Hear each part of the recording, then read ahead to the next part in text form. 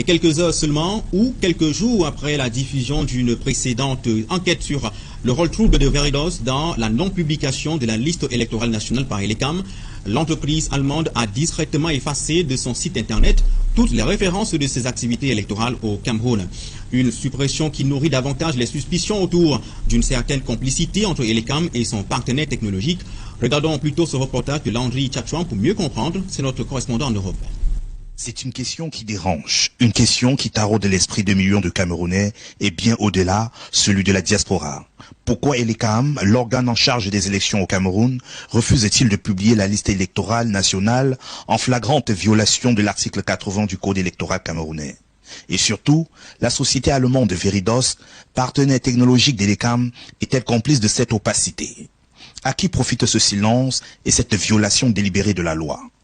Notre précédent reportage avait levé le voile sur les zones d'ombre du partenariat entre Elecam et Veridos. Quelques heures après sa diffusion, un fait troublant s'est produit. Veridos a discrètement supprimé sans explication toutes les informations relatives à ses activités au Cameroun de son site officiel. Voici la page telle qu'elle apparaissait avant notre enquête. Veridos y mentionnait fièrement son contrat de livraison de cartes biométriques, de kits d'inscription et la mise en place d'une base de données centrale des électeurs camerounais. Aujourd'hui, cette page a disparu. Sur une autre page, Veridos listait ses projets internationaux, Bulgarie, Chypre et le Cameroun. Là encore, après notre reportage, effacement, disparition des traces.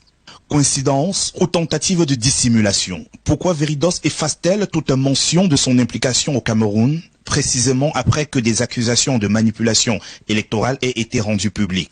Faut-il y voir un embarras ou un aveu de culpabilité? Le président du mouvement pour la renaissance du Cameroun, Maurice Kamto, n'avait pas hésité à dénoncer le 12 septembre dernier une connivence entre Elecam, Veridos pour organiser la fraude électorale au profit du pouvoir de Yaoundé. Pourtant, sur son site internet, Veridos prétendait encore il y a quelques jours soutenir les processus démocratiques en fournissant des solutions technologiques pour les inscriptions électorales. Là encore, après la diffusion de notre reportage, page supprimée, silence radio. Le week-end dernier, les protestations ont franchi les frontières. À Munich, la brigade anti-Sardina est venue exiger les comptes devant le siège de Veridos. Un message clair, les Camerounais ne toléreront plus l'opacité. Face aux faits, Veridos s'enferme dans le mutisme. Mais les questions demeurent brûlantes.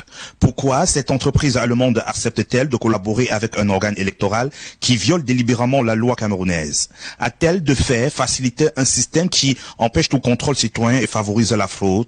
Que pensent les députés allemands et le gouvernement fédéral du rôle trouble d'une société basée sur leur sol dans un processus électoral miné par les soupçons en Afrique? Ce sera l'objet d'un prochain épisode. En attendant, Veridos n'a toujours pas répondu à nos demandes d'explication. Au Cameroun, comme en Allemagne, les citoyens ont le droit de savoir.